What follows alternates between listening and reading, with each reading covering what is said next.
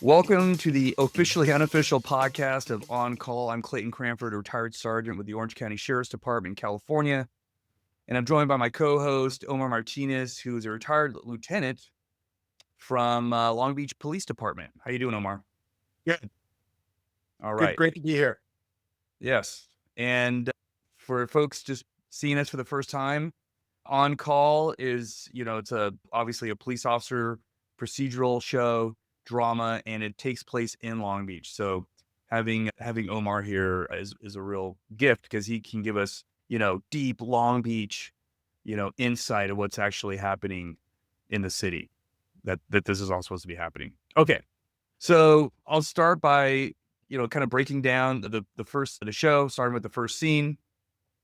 And if you've not watched episode 2, Laws of the Universe, be sure to watch that unless you want to be spoiled, which is fine. But let's get started. So the second episode begins with Alex Diaz, the trainee, and Tracy Harmon, his training officer, responding to a report of a large chaotic gathering at an intersection. And as they arrive, the patrol officer immediately is bombarded with bottles and fireworks. And while they're out there, a local shop owner pops kind of over and he's like, "Hey, you guys didn't do anything about this?" And they're like, "Sorry, we can just observe. We can only observe." And there's only them, right? There's just one patrol car, two officers, so there's not a whole lot they can do. But while waiting there, they get a distress call on the radio from a other officer, Officer Matthew Rowland, that they have an officer down. It's just around the corner. So they bail out of their car, they run through the crowd, they find themselves in a little alleyway. And then they find that Officer Rowland is being attacked. He's on the ground fighting a guy. And they notice that there's a victim on the ground with a head wound. Diaz tackles the aggressor without hesitation, allowing Harmon to attend the injured victim. The situation then turns when the assailant lands an elbow in Diaz's eye. He breaks free, flees the scene back to the crowd. And Harmon tells Diaz not to pursue the suspect, which is actually good advice. Sergeant Lasman, who's Eric LaSalle, orders him to chase after the suspect who injured him and Roland. But Harmon tells him not to. So he actually doesn't. He listens to his training officer. Shortly after Sergeant Lasman, additional officers arrive, sparking a heated argument over crowd control and handling the situation. And then basically, Sergeant Lasman gets on the radio, says, "Hey, we're code 4, everything's fine." Harmon gets on the radio and says, basically, "We're not fine. There's lots of people here." And then dispatch, or probably the watch commander, tells them to establish a 2-block perimeter and report back every 20 minutes. Okay.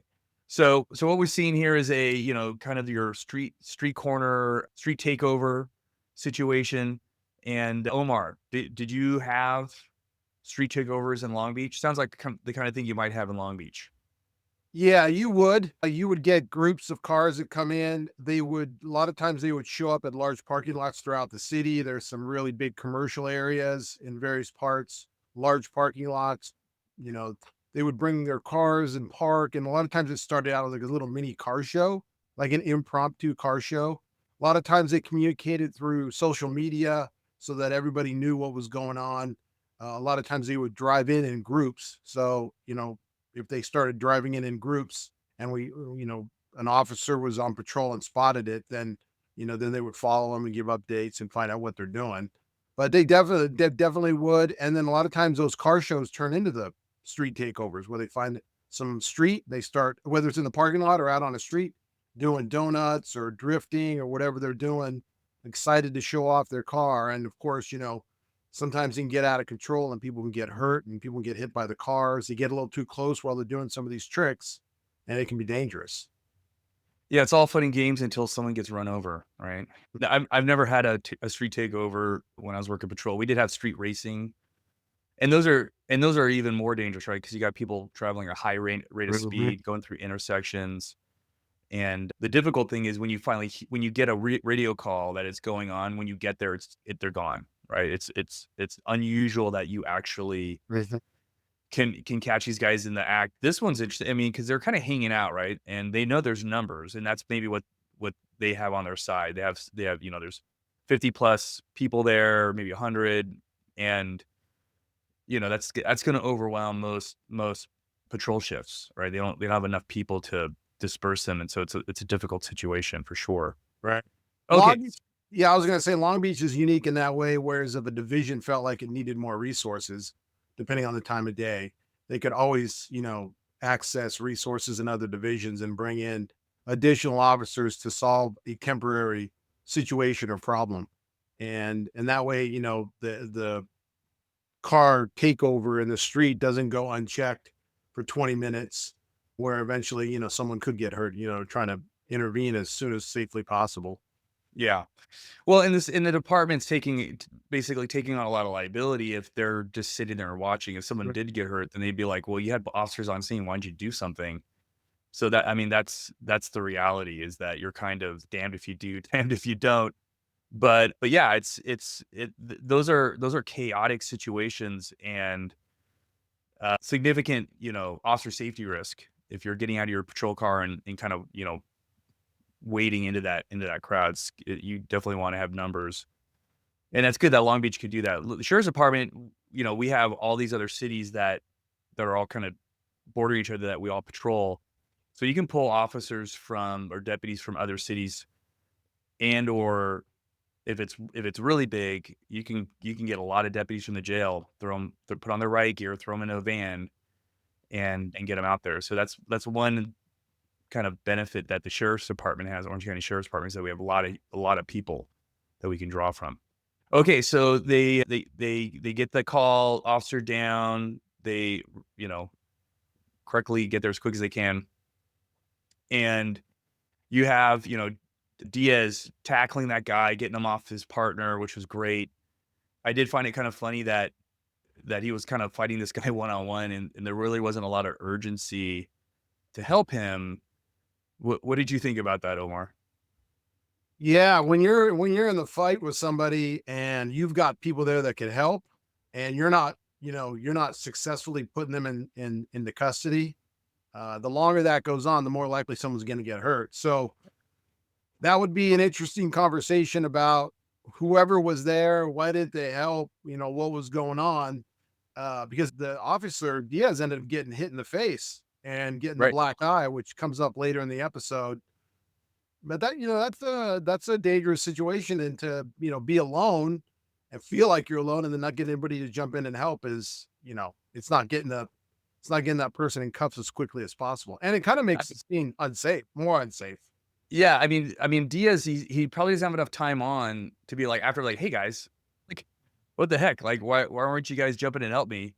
I had a situation where I got into a fight. We were basically kicking a guy out of a hotel room that was there with somebody else's credit card, and we opened the door and there's drugs in there, so there's a lot more going on. And me and my partner and his trainee are, at this door. Me and my partner, the training officer, we end up taking this guy to the ground and trying to get control of him, but there wasn't a lot of room. It was a narrow kind of entrance to the hotel room. We were inside the door, and yeah, what people don't get is when you're a police officer, you're fighting for control. You're not fighting to get him to submit. You're not pummeling this person. Like Mhm. you're typically not punching them, although that could be appropriate. Just depends. But if you're trying to get control of their arms and their legs, and you're trying to get them onto their stomach, so you handcuff them, it's a lot more difficult than people realize because that person's Mhm. just fighting with their entire might, and Mhm. you're trying to restrain. You're being restrained to some degree.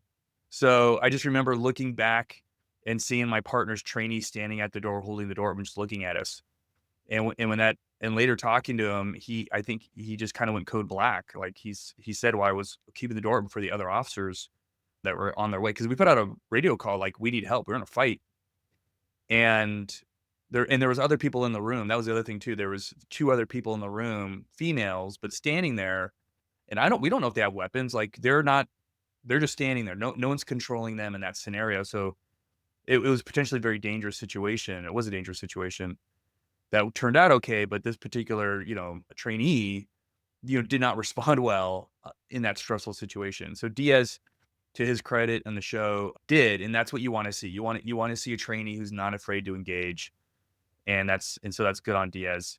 Unfortunately, you know, you don't win every fight. This person was able to land a good shot on his eyeball and takes off through the crowd. the Sergeant Lastman orders him to go after this person, and then immediately he's countermanded by his subordinate, the training officer, training Harmon. So there's something I don't think probably a lot of people picked up on, Omar. Like, what is the power dynamic here that we're seeing? Yeah, interesting that they frame that scene in that particular way. You've got a sergeant who is a supervisor, and uh, s- his rank gives him the authority to direct either a corporal, an FTO, or an officer to do things. And police departments are paramilitary organizations, so they follow a chain of command.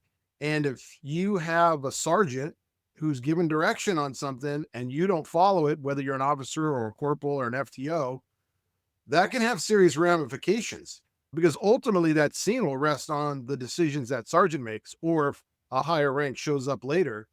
And if you're deciding when to obey or when to follow some direction, that can have the whole kind of system kind of start to crumble a bit, because everybody can't decide when they want to do something and when they won't.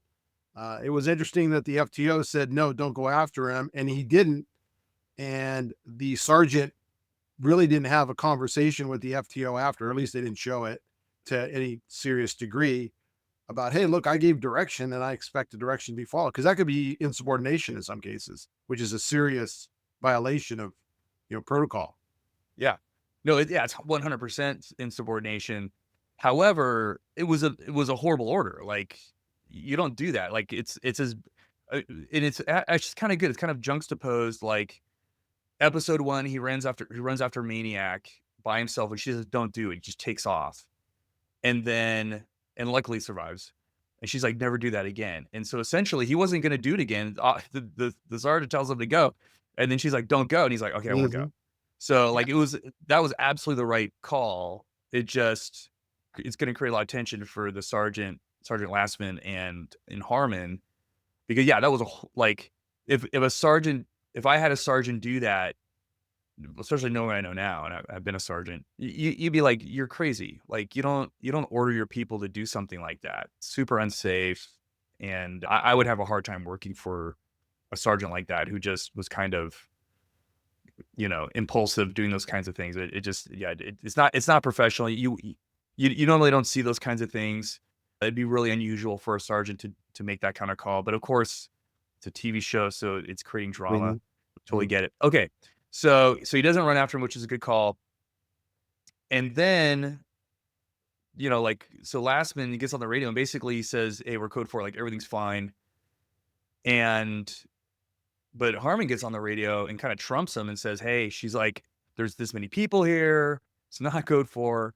And so and giving the watch commander more information, which they come to the conclusion, like, "Okay, you guys are gonna do a two-block perimeter," etcetera. So again, she's stepping all over, Sergeant Lastman's, you know, direction. Yeah, there was in Long Beach, there's the Queen Mary down there, and they have parking lot that's pretty big, and they have functions that go down in the Long Beach or in the Queen Mary area quite a bit. And at the end of those events, sometimes it's high school parties or dances, and when those events are over, sometimes there's fights that take place. Sometimes there's drinking that goes on, and all that can escalate into uh, a big deal. And one night I was working, and basically that's exactly what happened. There were multiple fights in the parking lot. Bottles were being broken. It wasn't, usually you can tell dispatch gets multiple calls on the same deal. It's pretty serious. And the interesting thing about that one is I ended up responding down there to assess the situation as they were trying to deal with it, as units responded. The units that were on scene were saying exactly what was said over the radio by the dispatch, saying, hey, there's multiple fights, there's bottles being broken. Like, in essence, we need more resources, we need more help. And one of the issues was that there were people that were trying to get out, but they were trying to pay. And so it was leading to this huge bottleneck while all this chaos was going around. And so Yeah. what we ended up doing is we just got those people out of the parking lot really quickly, so that so that the parking lot would be clear, and that only the people that were looking to fight and cause problems were left. because everyone else that didn't want to have any part of that nonsense ended up leaving. And so that's what ended up happening. We identified those groups that were continuing to fight and continuing to cause a disturbance, and some of those people ended up going to jail as a result of the fighting and the. I don't know if they identified anybody throwing the bottles, but there was definitely broken bottles around, so it probably occurred. But it's one of those things too, where those decisions, that information that comes over the radio is critical. If it's not being aired out, advised about everybody that's listening, that can delay a response, which could make it more dangerous for the officers there, for the people that are involved. Yeah. Hey, I need to take just a moment. There's more electrical stuff happening upstairs. Just hang on one sec. Yeah, you pausing Right it? back. I'm gonna let it record. No, Yes. Okay.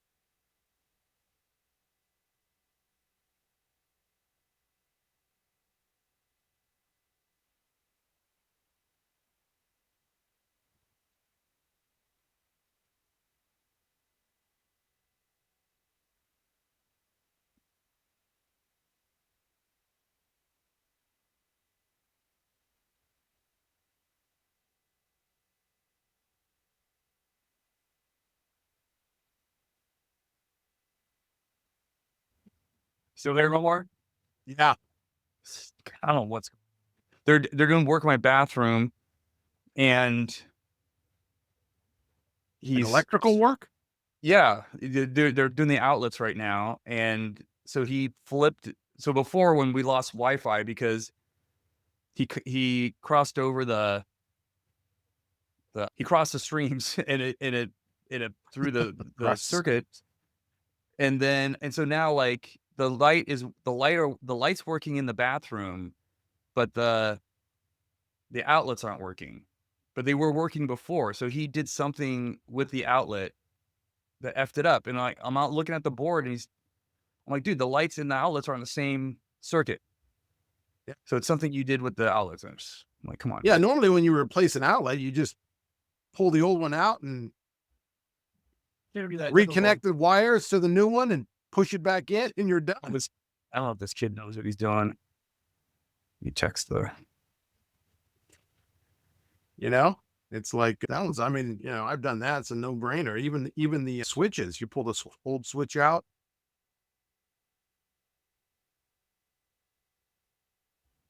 Plug the wires back into the new switch and push it back in the wall, and you're good to go. The yeah, only time it gets tricky is if you've got like a switch that activates multiple devices, like a light, a fan, and it's all yeah, from the one. Then you got to be a little bit more. But if it just goes to one, you know, yeah. I don't know what he did. He effed it somehow. So whatever. I'll have to figure it out. Okay. What what the heck were we even so we talking were about? talking about, basically about how the sergeant said, "Hey, go chase him," and the trainee Right. remembers that his FTO said, "Don't go chase him." Harmon said, "Don't go chase him," and he did. Now the reverse is happening where the sergeant's saying, "Go chase him," and the Right. FTO is saying, again, she's saying, "Don't go chase him," and he Right. actually listens. Okay. I think we finished out that scene. Okay. All right. So let's go to the following scene, which is the next morning. Sergeant Lastman, they're in the locker room getting ready for shift. Sergeant Lastman recruits Diaz to be on the department softball team. And he says, "Hey, if they hit you, you got to hit them back." So, Lastman's, quote unquote old school. And then he says, "Order versus chaos, laws of the universe," which by the way is the name of the episode. And he tells him to own his black eye because he was dabbing a little concealer on his black eye. Yeah, they wanted to see it. Yeah. Harmon teases, they're in the car, they're driving around. Harmon teases Diaz about his black eye, but Diaz is clearly frustrated, especially about letting the suspect escape. And someone had videoed it, and it's going viral with him getting punched in the eye. Harmon, to put things into perspective, takes him to Officer Maria Delgado's, the officer who was shot and killed in the first scene of the first episode. She shares how Delgado sacrificed her life for people who didn't appreciate her efforts. And before the conversation can deepen, they're dispatched to investigate a homicide in a nearby park. So, yeah, what was your take on that scene, Omar? The softball and the sports, that does exist at public safety, fire departments, police departments. We had softball teams and we had a football team, and I played on both of those. Did you Builds play? Did you camaraderie. play? Did you play on the football team? I did. Was it Yeah, I played. like Taz and tackle? Yeah, it was. Oh, that's crazy, dude. Yeah, it was a bit interesting. You don't train and you don't prepare the same way you would do as if you're playing the sport, like a full time thing, or like you're ready to. So that you can get banged up a little bit, and everyone's a little bit rusty when they play. It's not like it's refined, high level football, but it was fun. It builds camaraderie. I think it takes some people back to their either high school or college days a bit. For Um, sure. I played it for I think a few seasons, and then I had enough. And the other thing is that one of the local schools there, they offer up equipment and you get access to the field. So there's and it's a good time. The softball too, same thing. Softball people get some softball teams together. They actually get pretty serious with the softball, and they Yeah. travel. They'll go and play other teams in other states and Well, see, I compete. get that. I get that because, like, I mean, I played football in Pop Warner in high school, And as an adult, man, you just you don't bounce back. I mean, we had a tackle football team for the Orange County Sheriff's Department, and I wasn't even remotely interested. That just seemed insane. Like you're going out there to play, you're gonna get hurt, and like this is like Yeah. I'm you're your 30s and your 40s. You're like, I don't think so. Okay, Yeah. so I'll say I did it when I was younger, so well, once I realized it was really not worth the bang for the buck, so to speak, because your body does take a beating on it, then I hung up the pad, so to speak. I do like I was kinda surprised that it took her so long to take him to where Officer Delgado was killed, because it seems like as a training officer, like, maybe that even be, like, the first thing you do with your trainees, like, "Look, like, you gotta pay attention," and, like, I felt like that was a powerful moment in the show, and I think I think it really kinda brings Diaz's back to reality that hey, we're not superheroes, we're not bulletproof, and Sure. we're not always gonna win. And if you don't do this job the right way, you're not gonna survive for 20 plus years, 30 years, whatever it is. And Right. whether I mean, and if you do, maybe you just leave just so beaten and broken that you just can't enjoy your retirement. So Right. I thought that was a good scene. And plus you kind of get a sense that Harmon, maybe she's jaded to some degree, and she's like, the people that Delgado, who was a great person to her, basically gave her life in the performance of her duties for a bunch of people that don't even like her.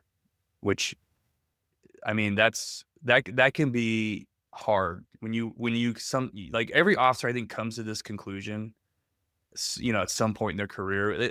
But at the same time, they realize this is an important job and I have to do it. But then you do wrestle with, the people that I'm protecting. Like they're not even excited to see me when I show up. So yeah, I think that's a good scene because I do feel like it tells you something about somebody at her point in in her career, kind of understanding a little bit more about the whole meaning of life type of thing for a police officer. Right. Yeah. I mean, for me, it really kind of hit two chords when I saw it, two thoughts. The first is, it really, I mean, when I saw the scene, it's like, I don't know what she was thinking kind of to show him, but like maybe the question was, why are you here? Like, why are you here? Why are you doing this job? You could be hurt or you could be killed. You got to know why you're here. And if that's not clear in your head, then that's going to impact your ability to perform out there. It's gonna impact your learning. You're not going to be focused in the same way. If you're just coming here to collect a check, which over time, some law enforcement officers might feel that way, but when they first start, I think there's a higher purpose. I know for me there was. And you've got to kind of come to grips about why you're there so you're motivated when you show up to work. And for him it's learning. He's going to be learning the job. And maybe that's the reason that she brought him there. So you need to understand the consequences, but you also need to understand why you are here. And then the second thing is it goes back to the FTO trainee relationship is that anybody who's trained a new person, and even those that were trained before them, like those that trained me, and there's going to be a scene coming up where there's a few comments I'll make on that. But when you're training somebody, you never know whether some of the knowledge that you're going to impart on them, on that trainee, that's going to end up, saving their life or saving their partner's life. You will have no idea if something that you teach them is going to have that kind of impact. Yeah, or saving your life. Or even, yeah, even saving your life in some cases because you taught them something that they did as a result of you teaching that. Yeah. And one of the things I'm going to talk about in a little bit, I think it's coming up on the scene, is just the gratitude of that exchange that happens between an FTO and a trainee. Is you have that once you start training, then for me, I had gratitude for those FTOs that imparted that knowledge onto me and, gave me that sense of knowledge that, gave you confidence to go out and do the job and feel like you could do it effectively. Yeah, And that was for a big sure. deal. So I think that was the two things that, kind of hit me when I saw that scene. Yeah. Yeah, it's really good. Okay, so they're moving on to this scene of a homicide. Harmon is approached by a woman known as Mystery Mary, who is cryptically mentions someone leaving a little present in the park. She mentions that the sheriff was walking around the park the other day. Shortly after, Diaz and Harmon discover a severed head wrapped in gray duct tape. With detectives unavailable, Harmon instructs Diaz to team up with Officer Holt to begin searching the park. As Diaz and Holt establish a perimeter, a commotion among homeless folks ordering over a bag draws their attention. Harmon intervenes and persuades the homeless man to reveal the bag's contents. Inside, he finds a severed hand bearing the East Barrio gang tattoos. Hmm. Harmon convinces the man to relinquish the bag for the old officer badge sticker, which I've used that move, usually with kids though, over the years. Lieutenant Bishop, Aunt Becky, arrives shortly afterward, and Harmon updates her on the discovery. However, when Harmon pushes for details about Delgado's murder, Bishop firmly advises her to lead the investigation to the task force. Mm. Yeah, so they're canvassing, for witnesses, looking for evidence, I guess. Lieutenant I keep on calling her Aunt Becky. Lieutenant Bishop says they're gonna have to get a warrant for every tent. Yeah. Yeah, I don't think so. I don't think the detectives are gonna go for that. Can you imagine? Yeah. There was a lot of tense in that That's work. a lot of search warrants. Yeah. Yeah. That ain't happening. Yeah. As far as that whole scene, uh, I mean, it probably was either brought there or dropped there. And so there probably would be limited evidence. That would be a decision about how big do we make this crime scene. And then of course, they locate more of the victim later with the gang tattoo. And I thought that scene was interesting because, that seems to me a lot of what police work is. Obviously, there's, pursuits and there's arrests and there's, uses of force, but a lot of times you're just talking to people and Harmon was able to go over there and, she needed that bag to see if one, if it had evidence in it. And if it did, that's right out of his hands without turning into a big old thing, without escalating it with him and getting him all upset. And a lot of times that's what police work is about. It doesn't always go that way. It doesn't always go peaceful and it doesn't always go without, a fight or some other conflict. But ideally, that's what you want. You want to still be able to do your job and do it in a way that doesn't cause a big ruckus every single time. Cause it'll be a long day if, you know, you're in conflict on every call. Yeah, I think the most important skill a police officer should have is just being able to talk to someone else. Just yeah. And doesn't have to be a person that you like or have anything in common with. You just got to know how to talk to them, how to talk so that, yeah, people have options. They don't have to do everything you want them to do. And you don't want to be wrestling, fighting everyone. So, Mhm. yeah, it's smart. Okay, so then there's a narcotics call involving a suspicious vehicle, and Harmon and Diaz jump on that. By the time they arrive, another unit has already detained the suspects, leaving Harmon and Diaz with little to do. Harmon persuades Sergeant Tyson Koyama, we find out this is her TO, Mhm. to let her question the detainees about Delgado's murder, while Diaz manages to extract some information that proves irrelevant to the Barrio gang on their way back. Diaz asks Harmon about Delgado's time as a trainee. Harmon reveals that Delgado wasn't. Um, oh, I think I skipped something. So Diaz then asks if he could chat with the kids that are being detained on the curb, and he does talk to them. And then later they're driving, I think, and Harmon says that Delgado wasn't even scheduled to work the day she was killed.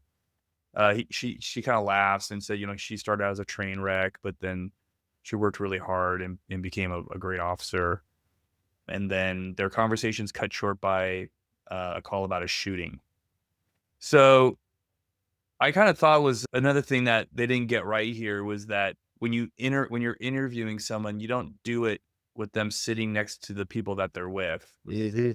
Obviously, you, you don't get good interviews that way because the person's listening with the other person and they can change what they're going to say based on what was said prior. But obviously, these are all kids or the young people, and if they're connected to a gang somehow, they're not allowed to talk to the police, right? Right, yeah. I will say that that definitely was in Long Beach. You could see the World Trade Center in the background when they're on that Oh, overpass. really? I didn't catch that. Yeah, when you look in the background towards the city. So that definitely was in Long Beach, that scene. And yeah, if you're interviewing people, I mean, if you're interviewing people who are involved in the same incident and you start talking to somebody and there's another person right next to it, whatever they're listening to, that could ultimately taint what they provide to you. Because if you're talking to two people or three people or four people, they're all listening. So you may not even get what they actually saw. You're going to get a little bit of what the other three people said because they were sitting right there when you interviewed them. So it's Right. really not a good, method for getting information because it's going to be tainted to some degree because everyone's listening and someone may say something, that the other person said, and sometimes they don't even realize it. But because you interviewed them together, you cause that kind of snowball effect and you got, you know, kind of Yeah, you don't have a poorly. good interview. Yeah, you don't got a Well, good interview. when I was working in the jail as a deputy and sergeant, we're dealing with gang members all the time, every day, and to some degree, just merely being in the jail, you gravitate towards people in your ethnic group, right? So if you're a white guy, even if you're not in a gang, you hang out with all the other whites in there, and the Hispanics all hang out with their people, so like people Mhm. kind of segregate into not a gang, but like into their groups. But then there's people within those groups that are actually in gangs, right? And especially with the Hispanic gangs, there's a strong rule like you do not talk to the police. And if I wanted to talk to one of them, talking to them in front of others was never going to work. Right. And even if that person wanted to tell me something, even if there was something that wasn't even something that would go against, like, what the gang was doing, just the mere fact that they were talking to me about anything, even the time of day, potentially is a problem for them. So I would concoct situations where they would get pulled out of their cell for, like, a visit or something, which there was no visit going on, but pull them out for a visit and then get them aside and talk to them one-on-one, and then I get information, or I'd be able to Mhm. ask them questions and not have to worry about them potentially getting in trouble with people in their gang, like, in that cell where they saw that as an infraction that could he could get harmed in that situation. So, yeah, so like, especially for these guys, you're gonna ask them about a gang, the murder of a police officer by a gang member.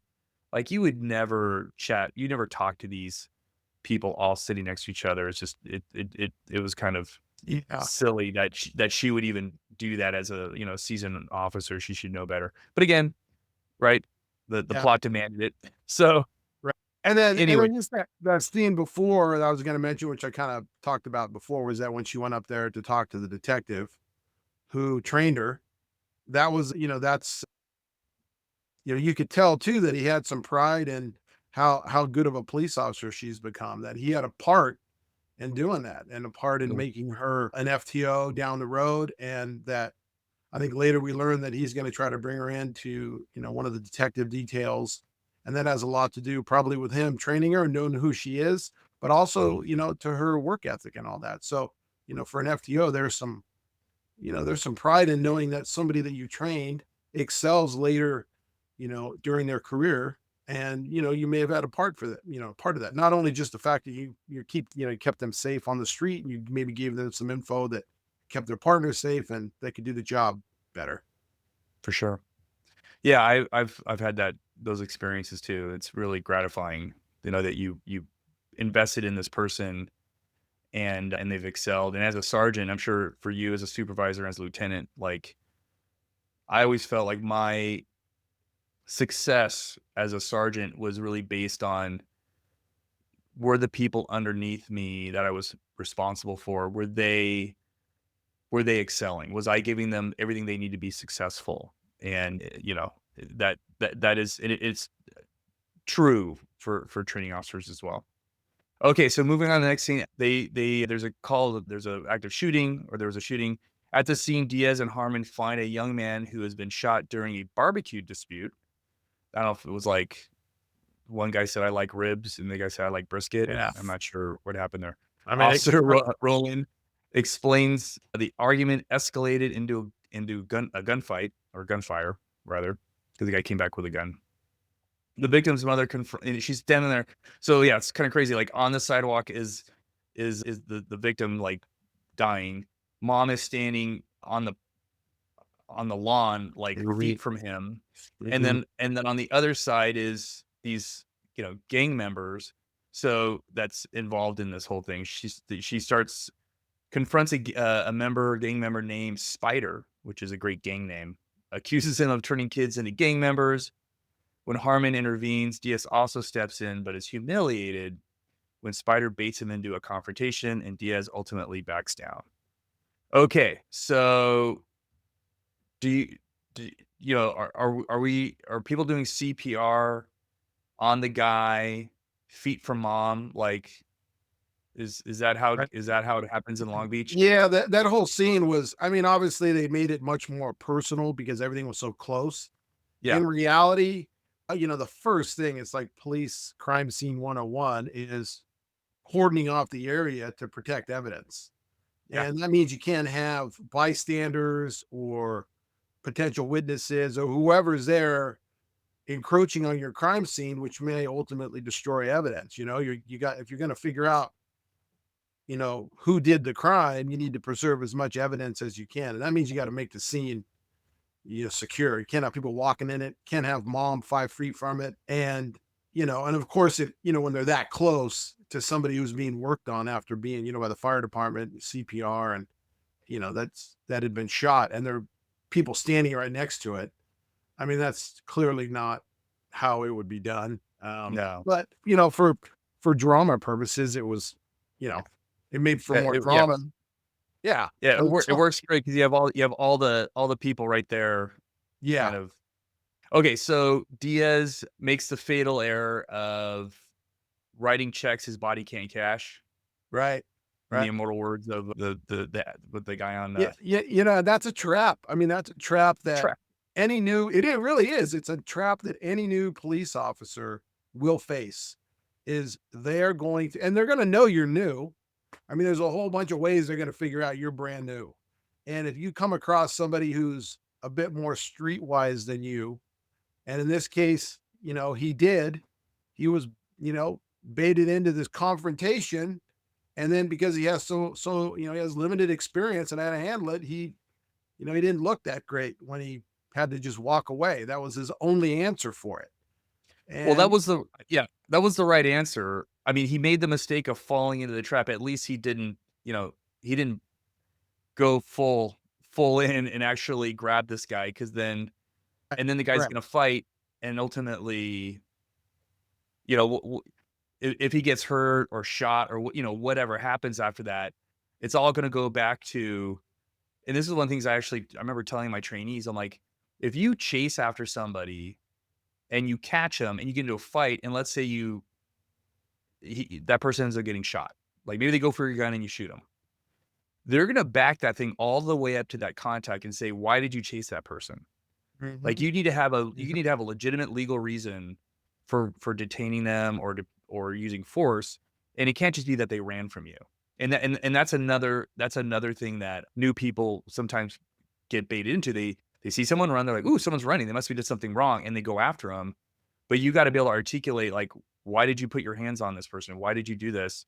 And what could Diaz say here? Like, "Well, I didn't like his attitude. He right, wasn't being nice." right. So, yeah, you can't do that. You're gonna lose your career, or you're gonna get sued and possibly hurt. So, yeah, you gotta remember, you can only do what you can do, what you can Yeah, legally do. the Okay. legal reason for sure. I would say there's he basically gave himself two options because he didn't know what the third option was. The first option was get into an argument and ultimately escalate and get into a fight. His second option was he didn't know what to do, so he walked away. The third would actually be let's do our job and talk to this guy so we can get him to comply, to move back, so we can create a cordon off a crime scene. And that's really where the skill of a police officer comes into play. Is if he had the skill, he would have been able to do all those things, or at least some of them, to get that crime scene secured, not get into a confrontation, de-escalate it a little bit, and still get all those things that he wanted to without, I mean, he walked away. It was better to get into a fight than having to answer all those other questions about why'd you get into a fight with this guy. But the third option, the third door would have been to, Do your you know, job. do your job. Yeah, get the things that you need to get done. Yeah. Well, somebody at that level, like, I think he's like day 2 into training. Like, he doesn't Yeah, even know what he's supposed to be doing. So that's I kind of felt like the training officer, Harmon, she probably needed to be a little more directive with regards to what was going on there. I kind of feel like, wasn't she like looking at him and kind of nodding her like, don't do this? Like there was something going on there. And I think, and then you had Lasman. I think Lasman's mm, like, yeah, yeah, get yeah, him. yeah, So, again, like, your sergeant should be saving you, right? Your sergeant should be stepping in and like, "Hey, hey, partner, why don't you go do this? Let me talk to this guy." Like that, or your training officer should be doing that. right. When they see you circling the drain, they should be stepping in and give you a little Yeah, help. it's not like you get flushed down the right. Right, if they see you going, yeah, like, there's time. Okay, so that leads us to so they're done. The shift's over. Thank God, it was quite a shift. Shift's over, they're heading back, they go back to the station, and Harmon praises Diaz for showing restraint, but reprimands him for engaging with Spider, right, in the first place. That's correct direction. She advises him that it's possible to stay true to his values while navigating the fine line of police work. Okay, also good advice. She reveals that she knows Diaz's brother is in prison for robbery, and Diaz, that kind of triggers him. He's pretty upset about that. And then later, Harmon encounters Bishop, who commends him for identifying the gang tattoo on the severed hand. The hand is confirmed to belong to Juan Cortez, the driver from the first episode, but Eddie Maniac Watson remains at large. To Diaz's surprise, Lastman also commends him for his restraint, but shifts the conversation to Diaz's body cam footage, which shows Harmon threatening a suspect. This is from the previous episode where she's leaning in and tells the son that if she has to come back here, he's gonna go for like attempted murder or something. The episode closes with Lasman asking Diaz for his thoughts about, did she threaten him, and Diaz remains silent as the screen fades to black. So, all right. So the first thing when I'm watching this, Omar, the first thing that popped in my head Mm, is this your station? no, I don't. That is not doesn't look familiar. It's Okay, because they production had props. they had the lockers out there, which kind of like where you put your like your war bag out there, but that wasn't it. Maybe that was like some department like in LA or something. Could have been some other. Yeah, I mean, unless it's changed, but I doubt it. Didn't look at all familiar. Even the location of where a station would be.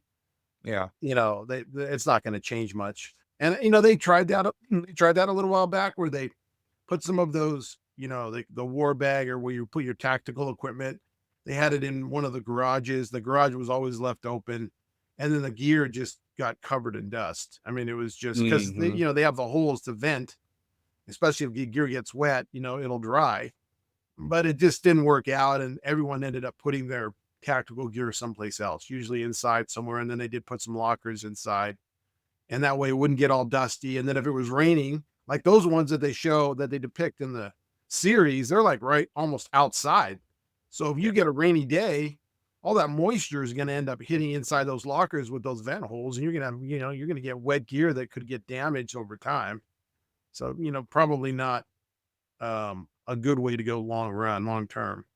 Yeah. Yeah. I thought it's funny you mentioned I thought all those things, and because we the sheriff's department, or at least at the intake release center at the jail, they were looking at doing that because we had all our riot gear that we had to have every day, but then they gave you a little locker. It's like there's no room. You can't put all this stuff in there and your uniform Right. and whatever. So they looked into doing some things like that, and that was one of the issues that the weather could damage her stuff. Okay. So, yeah, Lastman's asking him, did she threaten him? And I kind of thought that was interesting. Like, is he asking him because Lastman wants to write her up, or is he asking him because he should have, if he heard a threat, Right. he should have, mentioned it to Lastman and didn't. So, what was your take on that? Yeah, that whole scene there is basically where you get into, like, the potential for misconduct, and departments have very specific things that need to be done if there's, you know, misconduct or the thought of misconduct. So, Mhm. I mean, if he heard something, that was a threat, clearly that would be, he'd have to report that. So I'm not sure where the sergeant is going. Like, did he hear it or did he not hear it? Is it something he's hinting at? Like he maybe's, and that goes into a whole nother thing is you can't just start interviewing people. If you think there's a misconduct and you're interviewing people that could be involved, then, you know, they have a right to be represented too. So, Oh, that's a good point. I Yeah. mean, he just can't be asking them. I mean, you could be general questions, but if there's the potential for him to get disciplined, he has to, you know, he would have to give him the opportunity of representation and ask in the appropriate environment, not just out on the, station sidewalk. And I think he might have had another motive involved. Like, is it something that he can press? Was he looking to go after Harmon? And was he going to use the trainee as a way to do it? I mean, I don't know what kind of undertones there were going on there, but definitely if it's a discipline or misconduct situation, then he needs to go through whatever protocol he think he needs to do as per whatever their policy is. And Long Yeah, that's Beach, actually yeah, no, go ahead. I was gonna say that's a good point because you're a lieutenant. Like you dealt with employee misconduct all the time. As a sergeant, like I would have to investigate those things as well, and then I would put that investigation package together and give it to my lieutenant, and then he would or she would go through it and then kick it up the stairs to the captain, who then would potentially send it to IA. But yeah, so usually right. when you have an allegation or you have something, yeah, you can't go around and interviewing everybody. Basically, you can interview the witnesses of, like, maybe the civilians that were there. Like, you would interview Hmm. the guy that she was talking to inside the car, the mom, like, you'd interview everybody. But yeah, you can't be interviewing officers or the principal. In this case, would be Officer Harmon. All right. Okay. I was Alright, thinking well, I on, think I was going to have yeah. one comment on that because I made a note on it there. I thought it was really interesting, you know, principle, well, not principle, but kind of a police officer when Harmon's talking to Diaz about, doing the job and kind of staying true to who you are amongst all the chaos out on the street. That's a real thing I think for law enforcement officers is over the course of a career, like 10 years, 20 years, and you're out there doing the job every single day and you're seeing all kinds of things that people never see. You're involved in multiple critical incidents. You know, you can you can get a distorted view of what the world is because your day to day is not what normal people see. And so you really have to kind of know that, think about it, and make a real effort to say, you know what, I'm coming to do the job, but it's not like you say it out loud like the world isn't like this because it is. You're going to those calls, but you got to try to have it not have that impact, that long term impact on you. And for Yeah. some, it happens. Everyone hears about a cynical cop who's been doing the job for a long time and they have a certain degree of cynicism. And, it's because they did the job for so long. Eventually, they develop this hard exterior shell so they could, in a way, protect them psychologically and emotionally. And it changed them. And that's really what I think what she's talking about is that balance between, being who you were, at least closer to what you started with, and then not letting it completely change you at the end of a career. Yeah. Yeah, actually, two great pieces of advice that I got very early on from a sergeant. He said, "Be true to yourself," which is basically what she's saying. And then I had another training officer who said, "Embrace the chaos." He said, "Don't," he goes, "It's gonna be crazy, it's gonna be chaotic." He goes, Don't be afraid to just dive into the chaos, like, don't Mhm. yeah, don't try to control it." Exactly, like, not control it in the sense that you to some degree, you can't control these things and be okay with that is kinda, I think, what he was the point he was making. Right. So, anyway, but I thought it was a good episode, a lot of interesting things happening. I do like the relationship that's, between, Harmon and Diaz, and obviously with Diaz, his family, there's some stuff going on there with his brother being in prison, his mom, I think, he said earlier, mom doesn't like cops, so it's gonna be interesting to see what happens there, but Right. and then Mystery Mary Mystery, whatever, early on, she said that the sheriff was walking around. I thought that was she just kinda drops that out of nowhere, and I think we're gonna find out who the sheriff is here before too long. Right. So, anyway, Well, yeah, any last thoughts on the episode, Omar? no, I thought it had a lot of good, like there's that subtle relationship stuff in there, power dynamics, with the supervisor, FTO, and then obviously they put a little bit of action in the beginning. So, overall, and then of course there was a lot of scenes in there where it's definitely Long Beach. I could tell by the street signs and some of the big um, um, fixtures, buildings and downtown area that it was, they're cruising around in Long Beach. Yeah. Very cool. All right. Well, we'll be back next week for episode 3, and we'll see you then. Yeah, sounds great. We'll see you then. All right. All right. Bye.